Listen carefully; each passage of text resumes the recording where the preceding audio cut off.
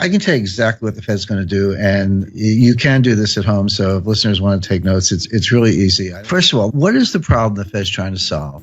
What is their solution? And then what are the exceptions to that so that we can have a complete predictive analytic model? The problem they're trying to solve is the following.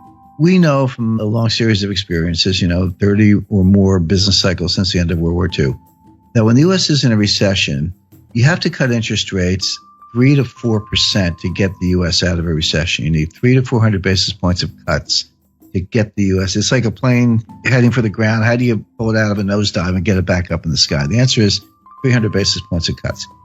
How do you cut interest rates 300 basis points when you're only at 75 basis points?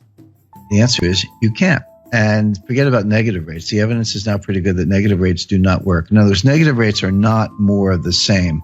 When you go from, let's say, 0.5%, and you go to 1/4, and then you go to 0, and then you keep going to negative 25, you didn't just ease by another 25 basis points. The evidence from Japan and Europe is that you're through the looking glass and you have very strange effects, really unintended consequences. I'll give you a couple examples. So the conventional theory is, well, the more I cut interest rates, the more stimulus I get. That's a joke, but that's what they think. But if I go negative, you're absolutely going to go out and spend the money. Because if you don't spend the money, I'm going to take it away. You sit there long enough, you'll have nothing left in your bank account because I'm going to take, with these negative interest rates, I'm going to take it away. So people will run out and spend.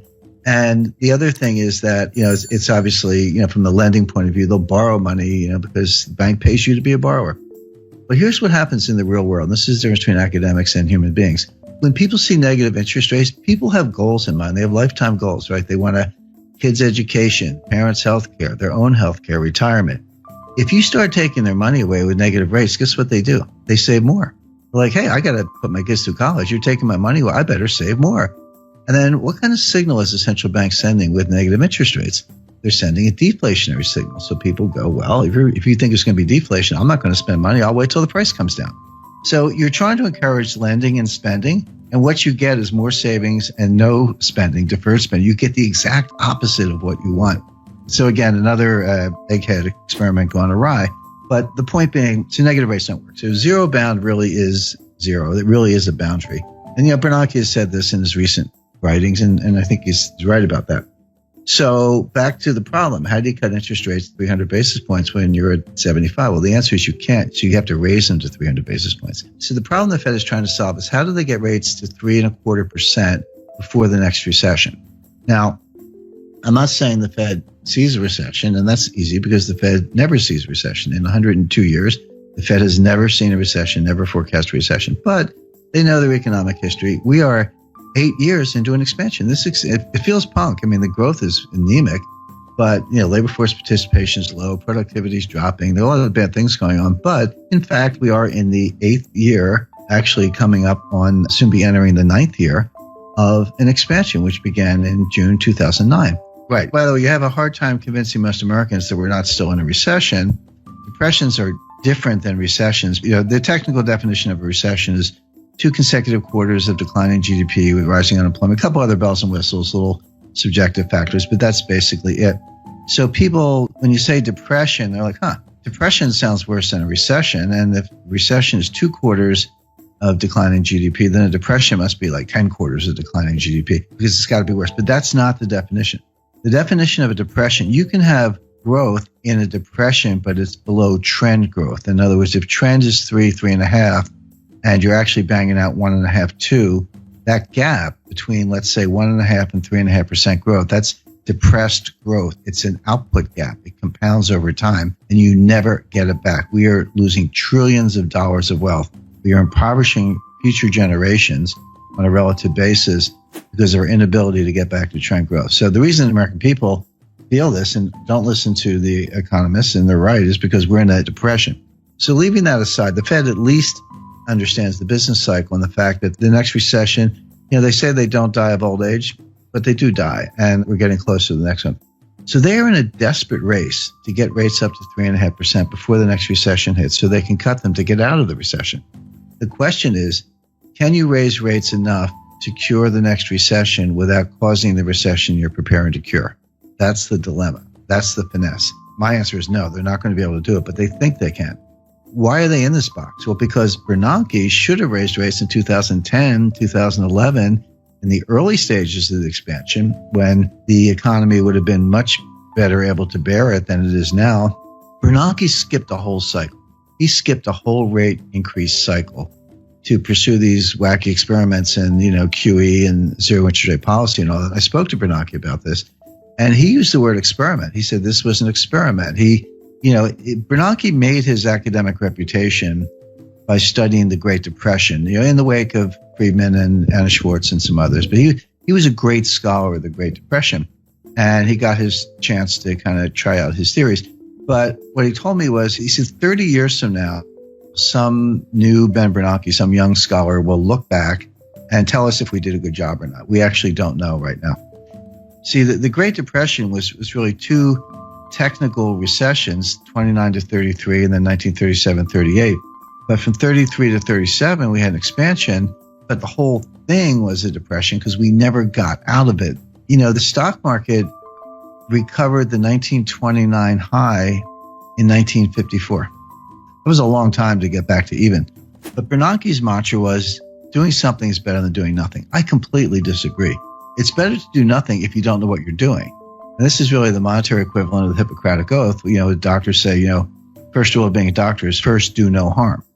Anyway, bottom line is, by pursuing QE and zero interest rate policy, Bernanke failed to raise rates during the early stages of a cyclical expansion, which he should have done. If he had, the economy would have been just fine, and we'd be able to cut them today, but he didn't. So Janet Yellen now has to make up for lost time. So that's the mission. But again, and this is what the market completely does not get, and the Wall Street economists don't get. Nobody gets this, because they see the Fed raising rates, and they've done the correlations and the regressions back to World War II, and they go, every time the Fed raises rates, the economy is getting stronger. So if the Fed's raising rates, the economy must be getting stronger, so bid up stock prices, etc. But that's like saying umbrellas cause rain. Because they've got the causality backwards. The Fed never leads the economy, ever. The Fed follows the economy. So a normal business cycle looks like this.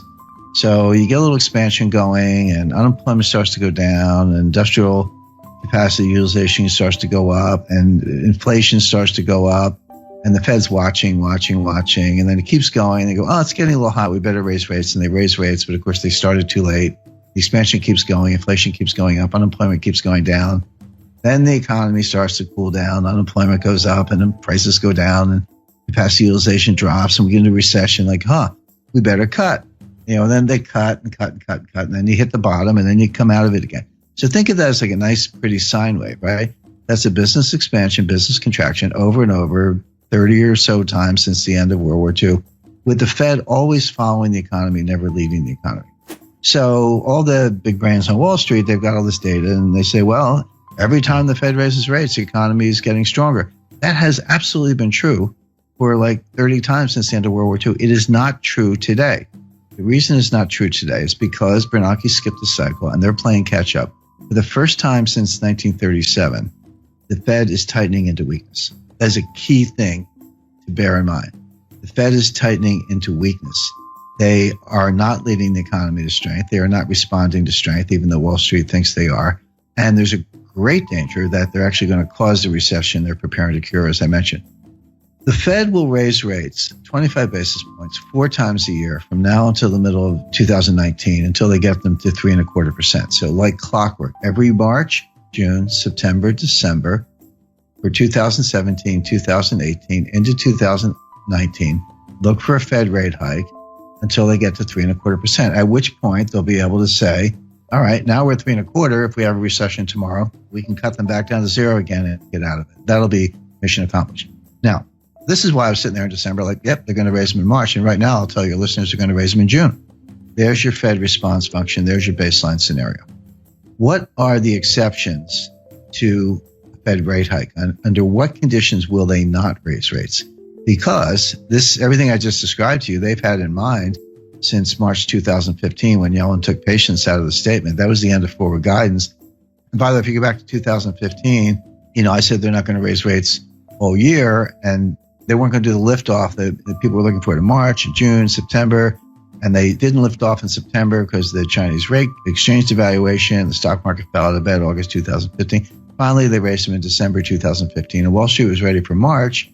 I said, no. In June, no. September, no. It wasn't until December 2016 that they raised them the second time. So obviously, there are conditions under which they don't raise rates, notwithstanding the baseline scenario. So what are those conditions? There are three. Well, four, actually. So if you see job creation below 75,000, that will cause them to pause. By the way, pause is the key word. If you go home through the speeches, you'll see the word pause in Dudley's recent remarks. Pause is the Fed's jargon for we're not going to raise rates. We got the Jim scenario, which I took from the Fed. It's their scenario. Or a technical recession. So, we're going to know Friday what the first quarter GDP is. It's pretty close to negative, but I'm not saying we're in a recession now. We might be. But if you see a recession, they'll pause. You see job creation below 75,000, they'll pause. By the way, that's a very low bar. If you see a jobs report, this is the other thing that confuses Wall Street. You see a jobs report with 100,000 jobs. So Wall Street goes, oh, that report's really weak. The Fed's going to think twice. No, 75,000 is the number. Yellen told us that. It was in one of her speeches. You just have to be a geek like me and read all the speeches. So the third factor would be disinflation. So the Fed has this 2% inflation target. They've missed it for 6 years. They're finally getting close to hitting it. By the way, I think the listeners know they use the PCE core deflator year over year. There's PPI and CPI and core, a bunch of inflation indices, but we know what they use. PCE core deflator year over year. That actually has been getting close to 2%. But if you see it turn around, if you see that gap down to like 1.5, 1.4, 1.3, then they will pause. The last condition for the pause is a disorderly decline in stock markets more than 5%. If you see a 6, 7, 8% decline, so if the S&P went down 100 points, Fed doesn't care. Dow Jones goes down 1,000 points, Fed doesn't care.